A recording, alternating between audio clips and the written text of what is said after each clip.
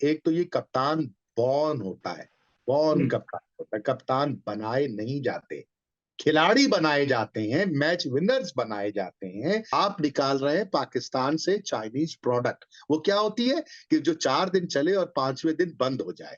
तो 4 ओवर चले और 5वाँ ओवर बंद हो जाए। पाकिस्तान टीम का बॉलिंग कोच या बॉलिंग कंसल्टेंट आपने बुला लिया, शॉन टेट को बुला के बैठा लिया। शॉन टेट की परफॉर्मेंस और उसके बाद उमर गुल की परफॉर्मेंस साथ रख के देख लो ना।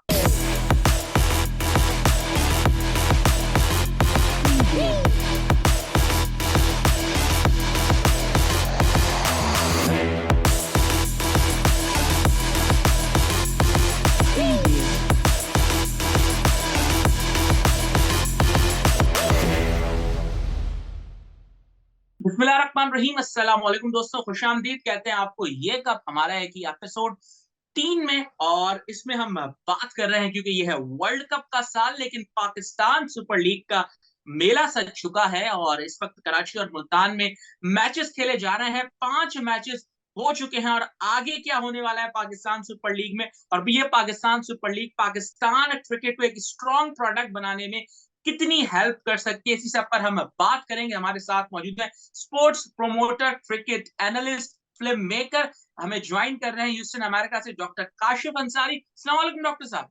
वालेकुम सलाम, कैसे हैं शाहिद मियां, खैरियत से हैं आप? मैं बिल्कुल ठीक-ठाक। पाकिस्तान सुपर लीग की मसरूफियात इस वक़्त जारी हैं डॉक्टर साहब। मैचेस कुछ आपने भी देखे होंगे। 5 मैचेस अब तक हो चुके हैं और सारी टीमें टफ कॉम्पिटिशन दे रही हैं एक-दूसरे को। कराची किंग्स की टीम 2 मैचेस हार चुकी है, जबकि अगर हम बाकी टीमों की बात करें तो पेशावर ज़ल्मी की बात करें, मुल्तान सुल्तान्स की बात करें या इस्लामाबाद यूनाइटेड की बात करें, ये टीमें एक-एक फ़तह हासिल कर चुकी हैं। और क्वेटा ग्लैडिएटर्स की भी एक स्ट्रॉन्ग साइड नज़र आ रही है, लेकिन उनको भी एक शिकस्त हो चुकी है। तो अब तक जो पाकिस्तान सुपर लीग के ये मैचेस हुए हैं, आपने इसमें क्वालिटी ऑफ प्ले कैसा देखा है? बिस्मिल्लाहिर्रहमानिर्रहीम, इय्याका नअबुदु व इय्याका नस्तईन। जी, शाज़िब ने सही कहा, क्वालिटी क्रिकेट की तो बहुत ही ज़बरदस्त हो रही है और बहुत ही टफ कॉम्पिटिशन हो रहा है, और जो हमेशा होता रहा है। पीएसएल में हमेशा हमें बेहतरीन क्रिकेट देखने को मिली है। नए-नए टैलेंट मिले हैं, लड़के दिलो-जान से, मेहनत से और बहुत ही मुशक्कत से खेलते हैं। लेकिन शुरू के 2 मैचेस तो बहबत 199 और हुँ। 197 और ये वो सब स्कोर थे। फिर आज का गेम भी तकरीबन दो 211 रन बना बना दिए। उस गेम में भी पेशावर ज़ल्मी वो गेम हार गई। क्वालिटी बहुत ज़बरदस्त है क्रिकेट की, मेहनत भी है, नए लड़के भी आ रहे हैं। एहसानुल्लाह को भी देखें आप, इस तरह बाबर आज़म भी बेहतरीन परफ़ॉर्म कर रहे हैं। इमाद वसीम भी अपनी तरफ से बेहतरीन परफ़ॉर्मेंस कर रहे हैं। इंटरनेशनल खिलाड़ी भी दिलो-जान से क्रिकेट में अपनी मेहनत और अपना पूरी तवज्जो उसके ऊपर डाल रहे हैं, और पाकिस्तान का ये ब्रांड अब बन चुका है। अब ये पाकिस्तान की पहचान बन चुकी है दुनिया भर में कि क्वालिटी क्रिकेट जो है, वो पीएसएल में होती है। अभी आपने देखा बांग्लादेश प्रीमियर लीग भी हो रही थी, दुनिया में कितना इंटरेस्ट डेवलप कर पाई, वो आपने भी देखा, मैंने भी देखा। श्रीलंकन प्रीमियर लीग भी होती है, उसमें भी कोई खास इंटरेस्ट नहीं होता। इसी तरह बीबीएल होती है, उसके अंदर भी बस लोकल इंटरेस्ट होता है, इंटरनेशनल इंटरेस्ट उसमें डेवलप नहीं हो पाता। तो मुझे बड़ी खुशी है कि पाकिस्तान का एक ब्रांड जो है वो एक डेवलप हो गया है, और हमारी पहचान एक पुरअमन मुल्क और एक क्रिकेट से मोहब्बत करने वाले एक नेशन के तौर पे पूरी दुनिया में मौजूद है, और रोज़ाना उसके अंदर इज़ाफ़ा हो रहा है माशाअल्लाह।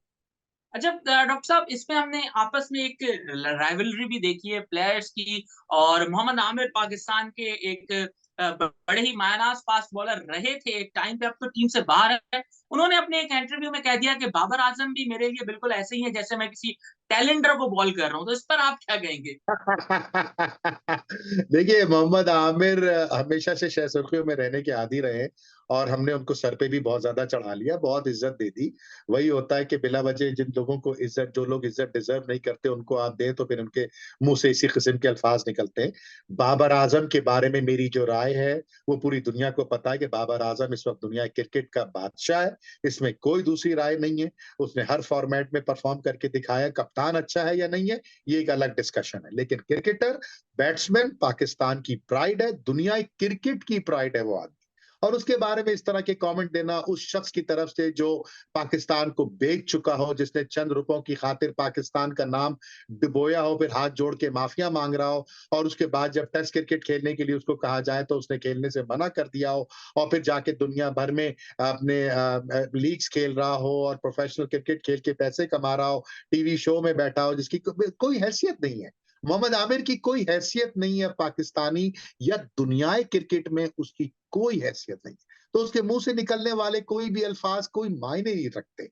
तो इसलिए ये कहना कि बाबर मेरे लिए टेल एंडर है या वो है, ये अजीब-सी बात है, बचकाना बातें हैं। और आमिर आमिर जैसे लोग इनको लाना ही नहीं चाहिए था। मैं तो उन लोगों के खिलाफ हूँ जिन लोगों ने इसको लाने के लिए दिन और रात मेहनत करी, और जिसको लाना चाहिए था, जिसको समझाना चाहिए था, जिसकी रिहैबिलिटेशन करनी चाहिए थी, जो सही मानों में जादूगर था, उस शख्स को आपने साइडलाइन बैठाल दिया और इसको 20 साल, 19 साल और 18 साल का कह के इसके ऊपर आपने तमाम रहम के दरवाजे खुलवाने की कोशिश की, और वही हुआ कि जनाब उसने आकर के पाकिस्तान को चूना लगा दिया। अब बैठ के बड़ी-बड़ी बातें कर रहे होते हैं, स्लेजिंग कर रहे होते हैं, अजीब बॉडी लैंग्वेज होती है। तुम हो कौन यार? तुम्हें खिला रहे पीएसएल, यही बड़ी बात नहीं है? तुम तो इस मुल्क का नाम डुबो चुके थे, तुमने तो मुल्क बेच दिया था। लेकिन तुम फिर भी क्रिकेट खिला रहे हैं, ये मुल्क का बड़ापन है, ये अवाम का बड़ापन है कि तुम्हारी तरफ आँख उठा के देख लेते। वरना अगर तुम अमेरिका में होते, तो कसम से तुम्हारी तरफ कोई पलट के देखता नहीं। एंड्रयू साइमंड याद है आपको? एंड्रयू बिल्कुल। साइमंड का याद है वाक़या? एंड्रयू साइमंड ने क्या किया था? किस बात के ऊपर उसको ऑस्ट्रेलिया टीम से निकाला गया था कि वो क्लब के अंदर लड़ाई की थी और किसी के साथ जूत-कूट करके उसको ज़ख्मी कर दिया था। वो दिन और आज का दिन एंड्रयू साइमंड का नाम नहीं लेती एसीबी। और Australian cricket board, Australian cricket media, Australian cricket को चाहने वाले उस शख्स का नाम तक नहीं लेते। क्यों नहीं लेते? क्योंकि क्रिकेट से बड़ा, अपने मुल्क की इज्जत से बड़ी कोई चीज नहीं है, और तुमने दोनों चीजें बेच दी। चूंकि इस मुल्क के अंदर सब चलता है तो तुम वापस आ गए। जब तुम वापस आ गए तो तुम अपनी औकात नहीं भूले तो तुम ये कमेंट देना शुरू हो गए। छोड़ दो ना यार, छोड़ो छोड़ो, इन लोगों के बारे में बात करना ही फजूल। अच्छा, आप बाबर आज़म की कप्तानी के हवाले से काफ़ी ज़्यादा वोकल रहे हैं और आपने कहा है कि बाबर जैसे बैट्समैन है, वैसे कप्तान नहीं है। अब पाकिस्तान सुपर लीग में वो डैरेन सैमी के साथ काम कर रहे हैं। 2 टी20 वर्ल्ड कप्स अपनी टीम को डैरेन सैमी जितवा चुके हैं। फिर थिंक टैंक में उनके साथ इंज़मामुल हक भी मौजूद है, जो कि 4 साल पाकिस्तान की कप्तानी माज़ी में कर चुके हैं और बड़े कप्तानों में उनका नाम शामिल होता है। क्या समझते हैं, बाबर आज़म ऐसे माइंड्स के साथ रहकर कुछ सीख सकते हैं? क्योंकि बहरहाल अब 2023 का वर्ल्ड कप में कुछ माह ही बाकी है और बाबर ही पाकिस्तान के कप्तान होंगे। देखिए, पहली बात तो ये है कि बाबर, दो बातें। एक तो ये कप्तान बॉर्न होता है, बॉर्न हुँ, कप्तान होता है, कप्तान बनाए नहीं जाते। खिलाड़ी बनाए जाते हैं, मैच विनर्स बनाए जाते हैं, क्योंकि उनको स्पेसिफिक रोल दे दिया जाता है। कप्तानों को आप तैयार नहीं करते। कप्तानों की जो एक बेसलाइन उनकी टैलेंट होता है, जो उनके अंदर सलाहियत होती है, उनको ग्रूम किया जाता है। जैसे कि सरफराज है, उसके अंदर एक बेसलाइन सलाहियत है कौम अपनी टीम को लीड करने की। उसकी बॉडी लैंग्वेज, उसका बोलने का अंदाज, उसको लड़कों को साथ लेके चलने का अंदाज, या जैसे कि आपका राशिद लतीफ थे या मोइन खान थे, उस तरह के नाम हैं कि जो टीम लड़कों को बना सकते थे और लड़कों को साथ लेके चलने की सलाहियत थी। अच्छा, उससे उनकी ज़ाती परफ़ॉर्मेंस पर उतना फ़र्क नहीं पड़ता था जैसे कि टीम का होता था। लेकिन बाबर आज़म के साथ वो नहीं है। बाबर आज़म एक खामोश तबीयत का लड़का था, मासूम सा लड़का था, जिसको अपनी कवर ड्राइव और अपनी बैटिंग पर ज़्यादा तवज्जो देता रहता था, और इसकी वजह से वो बेहतर से बेहतर होती जाती थी। ये कहना कि डैरेन सैमी और इंज़माम के साथ अगर वो ड्रेसिंग रूम शेयर कर रहे हैं, डग आउट शेयर कर रहे हैं, तो शायद कोई बेहतरी आए, हो सकता है बेहतरी आए। लेकिन मैं नहीं समझता कि वो कोई डायनामिक कप्तान बन के यहाँ से निकलेंगे, क्योंकि मसला है लड़के बनाना। कप्तान का मसला ये है कि ना सिर्फ अपनी परफॉर्मेंस अच्छी करे, बल्कि टीम को बनाए। मैं आपको सैकड़ों मिसालें दे सकता हूँ। महेंद्र सिंह धोनी की मिसाल ले लीजिए, यूनुस खान की मिसाल लीजिए। सरफराज की सेंचुरियां बनवाने में, फवाद आलम की सेंचुरियां बनवाने में, असद शफीक की सेंचुरियां बनवाने में किसका हाथ था? अज़हर अली को बैटिंग करवाने में कौन उसका हाथ पकड़ के चलता था? कौन उन बच्चों को सिखाता था कि इस ओवर में 1 रन लो, यहाँ गैप क्रिएट हो रहा है, यहाँ पर आ जाओ। देखो अगले फ्रंट फुट पे खेलो, इस वाले ओवर को सँभाल लो, अगला ओवर हमें मिलेगा। ये सब बातें कौन बताता था? वो बताता था जिसको गेम अवेयरनेस होती थी, जो स्ट्रीट स्मार्ट होता था। बाबर स्ट्रीट स्मार्ट नहीं है, लेकिन हो सकता है कि अच्छी बातें आ जाएँ उसकी समझ में, डैरेन सैमी की समझ की बातें आ जाएँ, इंज़माम की बातें समझ में आ जाएँ। डैरेन सैमी का मसला वही होगा, एक तो वो अंग्रेजी, दूसरा फिर उसके हुँ। अंदर कैरेबियन एक्सेंट। जब ये 2 चीज़ें मिल जाती हैं तो 50% कम्युनिकेशन होती है, 50 रुक जाती है। तो मैं नहीं समझता कि कोई ज़मीन-आसमान का फ़र्क पड़ेगा, लेकिन 2-4 चीज़ें सीख के ही निकलेगा। जब आप अच्छी कंपनी में बैठते हैं, तो अच्छी बातें ही सीखते हैं ना, तो उम्मीद अच्छे की करें आप कि अल्लाह करे कुछ सीख के निकले वो, लेकिन वो बॉर्न कप्तान नहीं है।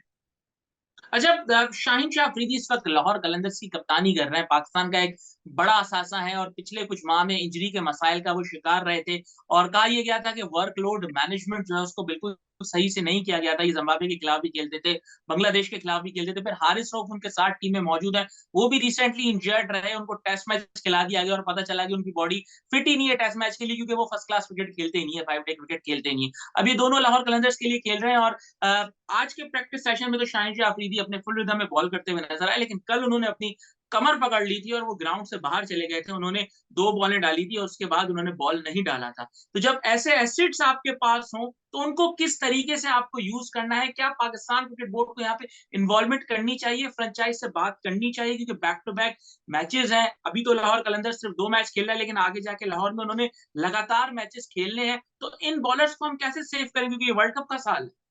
भाई साहब, रोटेशन बेसिस भी कोई चीज होती है, लेकिन उससे कहीं आपने बड़ा अच्छा एक नुक्ता उठाया, बहुत शानदार बात की है आपने कि बोर्ड, अगर बोर्ड विजन लेके चले, पीएसएल बहुत इंपॉर्टेंट है, बहुत मजे की है, बहुत जबरदस्त है, हमारी पहचान है पीएसएल, लेकिन पाकिस्तान से बड़ी पीएसएल नहीं है। पाकिस्तान वर्ल्ड कप से बड़ी पीएसएल नहीं है।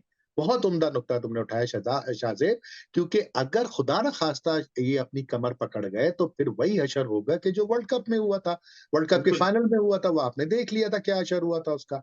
तो इसलिए जरूरी है कि क्रिकेट बोर्ड विजन लेके चले, वो तमाम फ्रेंचाइज ओनर्स को बिठाए और उनको 20 खिलाड़ियों के नाम दे के साथ, ये 20 खिलाड़ी हैं जो इस साल नवंबर में अक्टूबर में वर्ल्ड कप खेलेंगे। आपने इनको फिट रखना है, आपका वर्कलोड इनका मैनेज करना है। कल को ये ना हो खुदा न खास्ता ये वाली इंजरी से हमारी आइंदा 6 महीने, 7 महीने, 8 महीने की जो मसरूफियात हैं उस पर असर पड़े। साथ साथ आपको नए लड़के भी ग्रूम करने, हमें 2 फास्ट बॉलर चाहिए हर टीम से जो निकल के आए, हमें 2 ओपनर्स चाहिए, हमें 2 मिडिल ऑर्डर चाहिए। ये गोल्स और ये छोटे टारगेट, बड़े टारगेट बना के बोर्ड को, फ्रेंचाइजेस को देने चाहिए। ये काम वो लोग कर सकते हैं कि जो जो विजन रखते हो, जो सोच रखते हो, दर्द रखते हो। मसला ये है कि ना तो पिछले बोर्ड को दर्द था, ना इस बोर्ड को दर्द है, कोई सोच ही नहीं है ना, मतलब कोई कोई कोई अंदाजा ही नहीं है कि क्या होने क्या जा रहा है। अच्छा, इनको ये फिक्र है कि पता नहीं मैं नवंबर तक रहूंगा कि नहीं रहूंगा, ये बोर्ड रहेगा कि नहीं रहेगा, तो हु केयर्स अबाउट नवंबर। अभी जनाब धमा चौकड़ी मचा लो, मेला लगा लो, धूमधाम मचा लो, ताकि कल को हम ये कह सके कि हमने बड़ा कामयाब पीएसएल कराया। यही हरकत की थी ना एशिया कप के अंदर, जब वो जरा हमारे हमारे लड़के जख्मी थे, उनको खिला लिया, उनको उनको नहीं बिठाया, नहीं ब्रेक दिया, नई रोटेशन पॉलिसी लेकर आए, उसके चक्कर में वर्कलोड ज्यादा बढ़ा और उसके बाद फिर मसाइल जो है वो आपने देखे। अब जो सबसे बड़ा मसला है ना शाहजेब, ये मैं बहुत खुश हूँ इस पीएसएल से और आने वाले दिनों में भी बहुत अच्छा होगा, लेकिन शाहजेब मुझे फिक्र है वर्ल्ड कप की।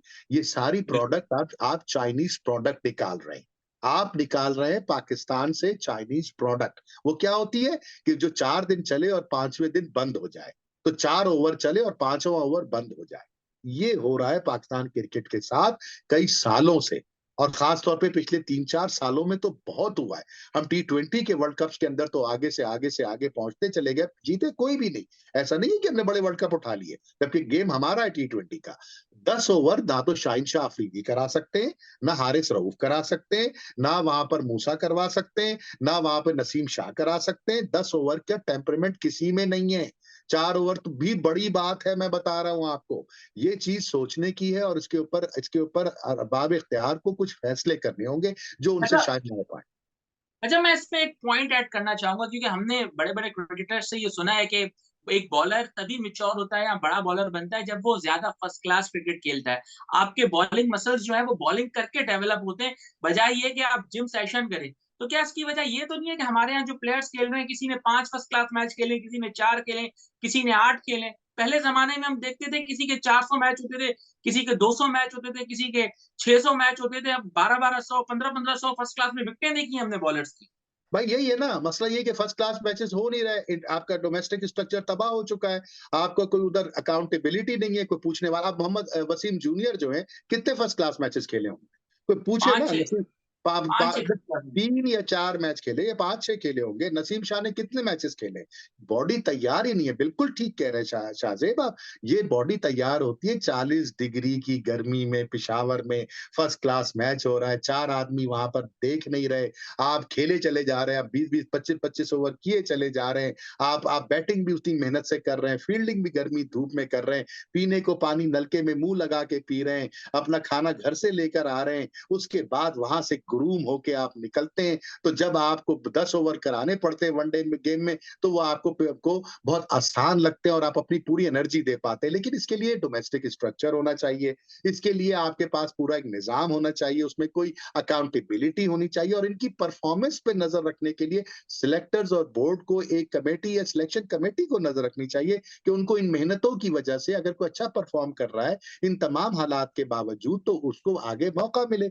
चूंकि वो एग्जिस्ट नहीं करता आपके यहाँ, तो आपके लड़के जो है वो डोमेस्टिक क्रिकेट खेलने में इंटरेस्ट ही नहीं शो करते, क्योंकि आपका तो क्राइटेरिया ही नहीं रहा ना डोमेस्टिक क्रिकेट। 2 गेम खेलो, आ जाओ टीम में, पीएसएल में अच्छा परफॉर्म कर लो, आ जाओ टीम में, वो T20 भी तुम खेलोगे, वनडे भी तुम खेलोगे, टेस्ट मैच भी तुम खेलोगे।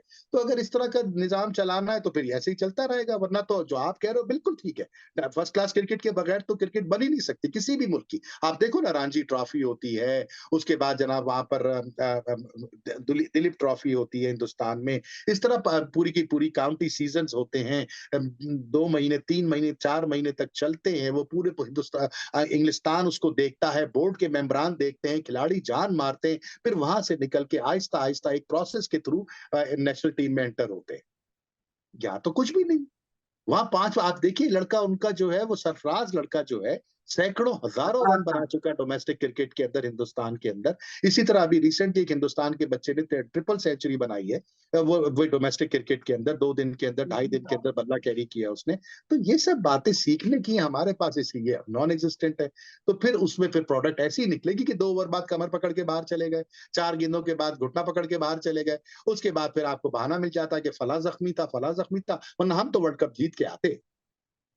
अच्छा, वैसे सूर्य कुमार यादव की भी हमारे पास रिसेंट एग्जांपल है, पूरी दुनिया उसको मान रही है, लेकिन 10 साल फर्स्ट क्लास क्रिकेट का एक्सपीरियंस है उनके बैक पर और 7,000 रन वो फर्स्ट क्लास क्रिकेट में बना के फिर भारत की कैप उनको मिली। अच्छा डॉक्टर साहब, बैक टू पीएसएल अगर पाकिस्तान सुपर लीग की बात करें, सरफराज अहमद का सब जिक्र कर रहे हैं कि जिस तरीके से उन्होंने टेस्ट सीरीज में परफॉर्मेंस दी, एक ये भी पॉइंट आ रहा था कि वर्ल्ड कप हमने भारत में खेलना है, स्पिन को खेलने के लिए सरफराज अहमद काफी मुफीद साबित हो सकते हैं। लेकिन इस वक्त अगर हम पाकिस्तान सुपर लीग की बात करें तो सरफराज अहमद खुद तो नंबर 4 पर खेल रहे हैं, लेकिन मोहम्मद हफीज जो कि लेट एडिशन हुए टीम में, वो नंबर 8 पर हमें खेलते हुए नजर आ रहे हैं। हाँ, अजीब-सी बात है, हफीज़ को नंबर 8 पे खिलाया है, अभी तो एक ही गेम हुआ है देखो उसको। हुँ, लेकिन हुँ, हुँ। सरफराज की बात पहले कर लेते हैं, सरफराज ने टेस्ट हुँ, मैचों में अच्छा परफ़ॉर्म किया, मेरी ज़ाती राय के मुताबिक सरफराज को वर्ल्ड कप टीम का हिस्सा होना चाहिए, बल्कि मैं तो एक कदम आगे जाऊँगा, उसको कप्तान होना चाहिए सरफराज को। डेफिनिटली, अब डेफिनिटली। मैं इसके बिल्कुल 100% इसके हक में हूँ, क्योंकि सरफराज को वनडे क्रिकेट का बाबर से कहीं ज़्यादा तजुर्बा है और जिन कंडीशंस में ये क्रिकेट खेली जाएगी हिंदुस्तान में, जिन टर्निंग ट्रैक्स पे और स्लो ट्रैक्स के ऊपर, सरफराज की बल्ले से जो जो स्टाइल है उनका कि सिंगल डबल निकालना और लेट खेलना और स्पिनर्स को बेहतर अंदाज से खेलना, स्वीप शॉट को खेलना, लेट कट को खेलना, ये सरफराज का जो बैटिंग का अंदाज है वो हिंदुस्तान की विकेटों पे बहुत अच्छा चलेगा, क्योंकि आपके पास मिडिल ऑर्डर में कोई है ही नहीं ना, मतलब मिडिल ऑर्डर में बहुत बड़ा एक खला है। तो अगर शोएब मलिक की जगह पूरी करनी है, हफीज की जगह पूरी करनी है, तो सरफराज जैसे तजुर्बेकार लड़के को आना चाहिए।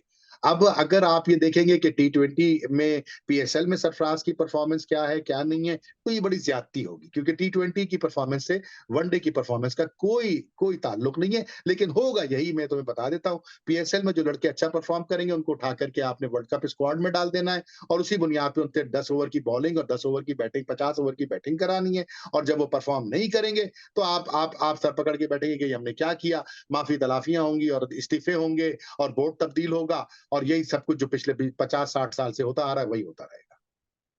अच्छा डॉक्टर साहब, इस पीएसएल में हमने देखा जैसे आज साइम अयूब एक यंगस्टर, उन्होंने बड़ी जबरदस्त इनिंग्स खेली। इस तरीके से एहसान उल्लाह को हमने देखा, उन्होंने बड़ा जबरदस्त स्पेल किया। हैदर अली काफी मौके मिले पाकिस्तान के लिए, लेकिन इतना कंसिस्टेंटली परफॉर्म नहीं कर सके। लेकिन कल उन्होंने भी एक अच्छी इनिंग्स खेल दी। अब अगर हम कुछ फॉरेन प्लेयर्स देख रहे हैं इस सीजन, तो हमें as compared to previous season हमें ज्यादा हैवी लोडेड टीम्स नजर आ रही है। लाइक अगर हम मुल्तान सुल्तान की टीम की बात करें तो उनका मिडिल ऑर्डर में आपको 4 से 5 ऐसे प्लेयर्स मिल जाएंगे जिसमें टिम डेविड हैं, डेविड मिलर हैं, इसी तरीके से कैरन पोलार्ड वहाँ पर आ जाते हैं, इसी तरीके से उनके पास राइली रोसो जैसे प्लेयर्स मौजूद हैं, जिन्होंने आज भी बड़ी शानदार इनिंग्स खेली। इनके साथ ड्रेसिंग रूम शेयर करके, फील्ड शेयर करके हमारे वो लड़के कितना एक्सपीरियंस गेन कर सकते हैं, जो अब तक इंटरनेशनल अरीना में नहीं आए। बहुत बढ़िया, बहुत बड़ा एक तजुर्बा है और बहुत ही बड़ी अचीवमेंट है इन लोगों के साथ ड्रेसिंग रूम शेयर करना। लेकिन ज़बान का जो मसला है ना, शाहज़ेब मियाँ, बहुत, बहुत ही तकलीफ़देह मसला है ये। और उसकी वजह से आधे से ज़्यादा सीखने का अमल अपनी जगह मुंजमद होके रह जाता है।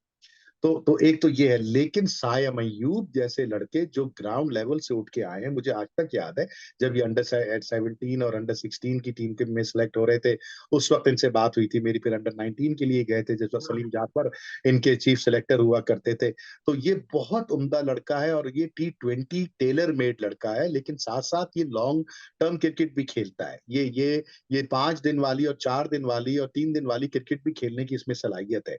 अब जहाँ तक हैदर अली का ताल्लुक है, मैं फिर यही समझता हूँ कि ये हैदर अली को ज़बरदस्ती मोल्ड करके टी20 बैट्समैन बनाया गया और बनाया जा रहा है, बल्कि आप ही से सीखा था मैंने, आप ही ने मुझे बताया था बिल्कुल। कि कितनी उम्दा इनिंग इसने, बड़ी टैलेंटेड इनिंग और बड़ी स्किलफुल इनिंग जो है वो 3 में रोज़ा और 4 रोज़ा क्रिकेट में खेली है। लेकिन जब आप उससे 10 बॉलों में चा 35 रन और 30 रन चाहते हो, तो फिर उसका बल्ला उस तरह नहीं घूमता और ये 10 में से साढ़े 9 दफ़ा पाकिस्तान टीम के लिए बाइस शर्मिंदगी बन चुका है। तो एक आध दफा बैटिंग कर लेने से, एक आध छक्के मार देने से आप उसको स्पेशलिस्ट टी20 का बैट्समैन नहीं कहेंगे। लेकिन वो जो बात आपने की है ना कि ड्रेसिंग रूम शेयर करने वाली, इससे यकीनन फायदा तो होगा, लेकिन उस लेवल का नहीं होगा जिस लेवल का आप हम ज़बान जैसे यूनुस खान। अब यूनुस खान को अगर आप बैठा दें इन डग आउट्स के अंदर, मैं आपको गारंटीड कह रहा हूँ कि 10 कैरन पोलार्ड हों, 10 डेविड मिलर हों, 10 टिम डेविड हों, एक यूनुस खान उन सब पे भारी है। एक यूनुस खान, सिर्फ एक यूनुस खान, एक उमर गुल, एक उमर गुल, एक यूनुस खान। मुझे ये 2 लड़के दे दो पाकिस्तान क्रिकेट टीम के अंदर और तीसरा मोहम्मद आसिफ। अब मोहम्मद आसिफ, यूनुस खान और उमर गुल, ये 3 लोग पाकिस्तान क्रिकेट को दे दो और कहो बनाओ इस टीम को। ये पाकिस्तान के लिए ठीक है, मोहम्मद आसिफ का एक माज़ी है, एक वो एक अलग डिस्कशन है, उस पे हम कभी और बात करेंगे। लेकिन यूनुस और उमर गुल को देखो ना, उमर गुल क्यों नहीं है आपके साथ इस वक़्त पूरी तमाम डगआउट्स के अंदर और एक कंसल्टेंट या एक प्रॉपर ट्रेनर के तौर पर? क्वेटा ग्लैडिएटर्स के साथ हैं वो। रखा ना उसको उसको लेकिन मैं पाकिस्तान टीम की बात कर रहा हूँ। मैं बिल्कुल, पाकिस्तान बिल्कुल टीम की पाकिस्तान बात कर रहा हूँ कि पाकिस्तान टीम में क्यों नहीं है वो? पाकिस्तान टीम का बॉलिंग कोच या बॉलिंग कंसल्टेंट आपने बुला लिया, शॉन टेट को बुला के बैठा लिया। शॉन टेट की परफॉर्मेंस और उसके बाद उमर गुल की परफॉर्मेंस साथ रख के देख लो ना। फिर उमर गुल ने अभी कोचिंग की अफगानिस्तान की, वहां से क्या-क्या नहीं करके उसने जनाब पूरी दुनिया को हैरान कर दिया ना वर्ल्ड कप के अंदर। वो टीम जिसकी फास्ट बॉलिंग कभी किसी गिनती में नहीं आती थी, वो फास्ट बॉलिंग सबसे बड़ी थ्रेट बन गई वर्ल्ड कप के अंदर। याद है आपको अभी? तो फिर सही, उमर गुल को बिल्कुल। आप घास नहीं डालते, उमर गुल को पूछते नहीं, यूनुस खान को आप पूछते नहीं क्योंकि वो यस मैन नहीं है। ये 3 नाम अगर पाकिस्तान क्रिकेट के साथ जुड़ जाएँ तो वो आप वाली बात आपने बड़ी अच्छी बात की है कि जनाब ड्रेसिंग रूम शेयर करना। आप यकीन करो इन इन आस आपने उमर गुल और यूनुस के साथ आप ड्रेसिंग रूम शेयर करा दो, आपको एक डिफरेंट टीम नज़र आएगी 6 महीने और साल भर के बाद। बिल्कुल, बिल्कुल आप ठीक कह रहे हैं। डॉक्टर साहब आखिरी सवाल मैं ज़रूर आपसे जानना चाहूँगा कि शादाब खान इस्लामाबाद यूनाइटेड की कप्तानी कर रहे हैं पाकिस्तान सुपर लीग में और रिसेंट टाइम्स में कुछ इम्प्रूव वो एज़ अ कैप्टन नज़र आए जिस तरीके से वो अपनी टीम को लीड करते हैं। अब बहरहाल हम सरफराज की बात तो कर रहे हैं, हम बाकी प्लेयर्स की भी बात कर रहे हैं लाइक इमाद वसीम के ये भी अच्छे कप्तान हो सकते हैं। लेकिन इस वक़्त पाकिस्तान टीम में अगर वाइस कैप्टन देखा जाए और बाबर के बाद अगर कोई चॉइस इस वक़्त हमें नज़र आ रही है तो वो शादाब खान है, लेकिन उनके भी फिटनेस के मसाइल बहुत ज़्यादा हैं। शादाब खान को एज़ अ कैप्टन आप कैसे देखते हैं? क्योंकि अब उनका ये तीसरा एडिशन है इस्लामाबाद यूनाइटेड के साथ as a captain. Shadab Khan देखिए ना, अब वही अगर अगर बोर्ड के अंदर इतनी अकल होती पिछले बोर्ड में या इस बोर्ड में, तो अब तक की होने वाली 10 में से कम से कम 3 या 4 सीरीज़ में बाबर को बिठाल के वो शादाब को कैप्टन बना के भेज देते। जिस तरह से हिंदुस्तान करता है कि 4 कप्तान एक वक़्त में टीम में खेल रहे होते हैं, उनकी रोहित शर्मा भी होते हैं, तो विराट कोहली भी होते हैं, तो ये भी है, तो वो भी, तो 4 कप्तान हर वक़्त उनके तैयार था। दिनेश कार्तिक भी कप्तानी करके आ जाते हैं, तो फलां भी आ जाते हैं, तो वो हार्दिक पांड्या भी कप्तान होते हैं। लेकिन जब इंटरनेशनल मैच होता है तो रोहित शर्मा कप्तानी कर रहे होते हैं। कोई और टूर होता है तो फला आदमी कप्तानी टीम को लेके चला जाता है। लेकिन हमारे यहाँ खौफ है, हमारे यहाँ डर है, बाबर को डर है, फला को डर है कि अगर मैंने एक दिन के लिए भी फला को कप्तान बनने दिया तो हो सकता है कि ये मेरी जगह ले ले और मैं वापस टीम में बहैसियत कप्तान ना आ पाऊँ। यही चीज़ जो है वो इस वक़्त बाबर के साथ है, इससे पहले सरफराज के साथ थी और अगर शादाब की आप बात कर रहे हो, तो शादाब के साथ भी यही मकसद कहने का मकसद ये है कि आइडियली अभी जो टी20 सीरीज़ आ रही है अफ़गानिस्तान के साथ, इसमें शादाब को कप्तानी करनी चाहिए। लेकिन वो भी बड़ी इम्पोर्टेंट बात आपने की कि अगर पाकिस्तान टीम की अगर फ़िटनेस के मसाइल देखे जाएँ तो सबसे ज़्यादा फ़िटनेस के मसाइल शादाब के हैं। पिछले 5 साल से उस आदमी ने आधे टाइम तो अनफिट होके गुज़ारा है, आधा टाइम वो ऐसे ही खेलता है।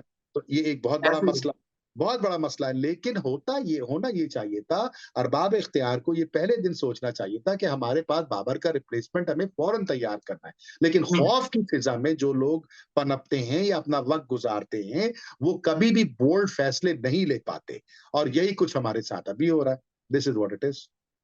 ठीक है डॉक्टर साहब, तो पाकिस्तान सुपर लीग जैसे-जैसे आगे बढ़ती रही, हम आपसे बात करते रहेंगे। मार्च के स्टार्ट में ही एक इम्पोर्टेंट मीटिंग भी होने जा रही है एसीसी की, जिसमें बड़े-बड़े फैसले होने जा रहे हैं कि इस साल एशिया कप होगा भी या नहीं होगा। सेठी साहब क्या पाकिस्तान का पॉइंट ऑफ व्यू वहाँ पर रखते हैं? क्योंकि उस दिन सेठी साहब से जब सवाल हुआ इस हवाले से, तो उन्होंने क्लियरली कह दिया कि माय लिप्स आर सील्ड, और उस मीटिंग से पहले मैं कुछ भी नहीं बोलूँगा। तो बहुत सारे हॉट इश्यूज़ क्रिकेट में आने वाले हैं। ऑस्ट्रेलिया की टीम इस वक़्त इंडिया में मौजूद है। इस हवाले से भी हम आगे चल के प्रोग्रामों में बात करेंगे। बहुत-बहुत शुक्रिया आपका वक़्त देने का। शुक्रिया। Thank you. अस्सलाम वालेकुम।